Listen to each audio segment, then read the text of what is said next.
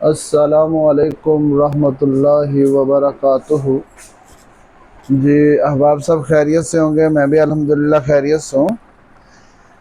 ایک ساتھی کا سوال ہے کہ خواب میں ماں کو مارنا۔ ماں ایک عظیم ہستی ہے اور اس کی قربانیوں کا، اس کی مہربانیوں کا اور اس کی محبتوں کا اندازہ بندے کو اس کی موت کے بعد ہوتا ہے،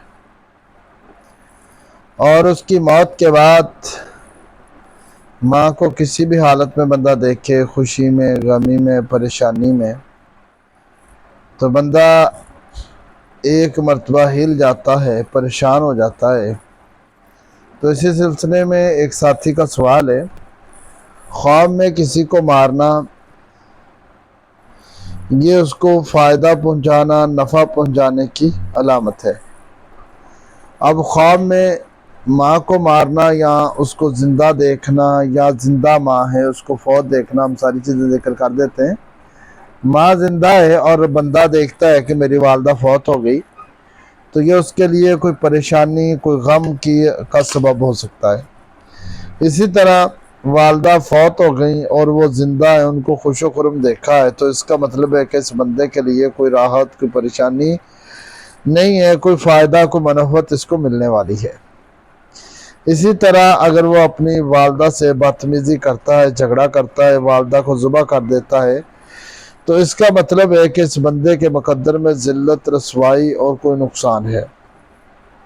اسی طرح اگر کوئی شخص نے دیکھا ہے کہ وہ خواب میں اپنی والدہ کو مار رہا ہے، تو اس کا مطلب ہے کہ انشاءاللہ اس کی والدہ جو اس دنیا سے جا چکی ہے، اس کے عمل صالح کی وجہ سے اس کو کوئی فائدہ ہوگا۔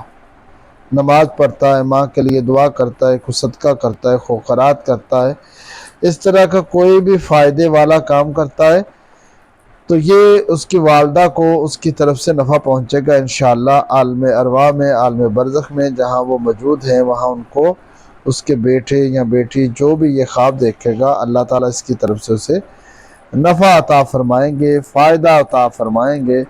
اور اسی طرح والدہ کا بوسہ لینا، اس سے باتیں کرنا، یا والدہ کا کلام کرنا، یا والدہ کا قرآن پاک سنانا، یہ ساری چیزیں خیر، فائدے اور منافعت کی چیزیں ہیں۔ اللہ تبارک و تعالی ہمارے جن کے والدین زندہ ہیں ان کو صحت و سلامتی والی زندگی عطا فرمائے، اور ایمان کی موت دے، اور ایمان کے بعد ساتھ ہی دوبارہ اٹھنا ہو۔ اور جن کے والدین اس دنیا سے رخصت ہو گئے، اللہ تبارک و تعالی ان کی مغفرت فرمائے، ان کے درجات بلند کرے، اور اللہ تبارک و تعالی ان کی قبروں کو جنت کے باغات میں سے باغات بنا دے۔ اللہ ان کی مغفرت فرمائے، اور اللہ ان سے راضی ہو جائے، اور ان کو اپنے جنت کے رزق میں سے اللہ تعالیٰ ان کو رزق عطا فرمائے۔ اللہ میرا اور آپ کا حامی و ناصر ہو، اور اللہ ہماری اوپر اپنی رحمت فرمائے جب تک ہم زندہ ہیں ایمان کی حالت میں، اور جب ہم فوت ہوں ایمان کی حالت میں۔ والسلام۔